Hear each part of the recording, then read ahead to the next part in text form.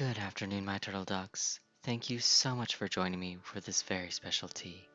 Today, we've got honey and lemon tea and lavender lemon cake.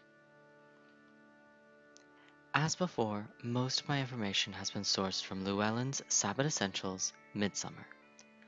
So today is Midsummer, but what does that mean? Midsummer, or the summer solstice, is the longest day of the year. As its name implies, it is midway through summer, though depending on your location, it may not feel like it. Summer solstice has been celebrated by almost every civilization we are aware of, and thus has thousands of ways to be celebrated. I'll be focusing on more European and Celtic traditions, but that's what I'm most familiar with. If that doesn't resonate with you, please know that there is likely some way to celebrate from your favorite culture that I'm sure you would enjoy. Now that we know what summer solstice is, what does that mean for us? Well, if you've been following the series, you may remember that most of the spring holidays were focused on planning or starting one's plans. Summer solstice is all about action. It's a very auspicious time to do. We have the longest days of the whole year surrounding solstice, which gives us most of the daylight hours to pursue our plans. If you like fire and are in the position to have one, summer solstice is the best time of year. As a holiday very much focused on the sun, a nice bonfire is quite a lovely thing to have. Along with the sun and fire, summer solstice is about love, but more focused on platonic and self-love than other holidays. Have you been neglecting yourself and your own needs? Maybe set aside time on or around midsummer and let yourself have some much needed recovery.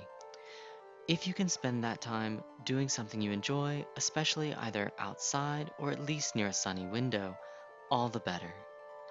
Play is also important, so definitely give yourself some time to play and let yourself have a little childlike joy.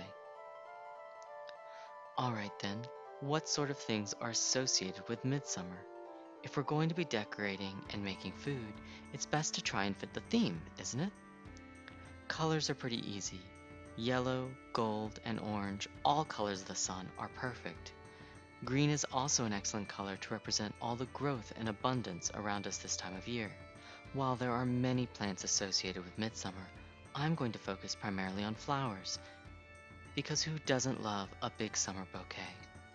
Even if you're allergic to the real ones, fake flower arrangements can still brighten up your decorations. First of all, we have several yellow flowers with St. John's wort, yarrow, sunflowers, and my personal favorite, marigolds. And then there's a little purple with heather and lavender, and finally a sprig of white with daisies and meadowsweet. For foods, the most in theme will be whatever is in season in your area.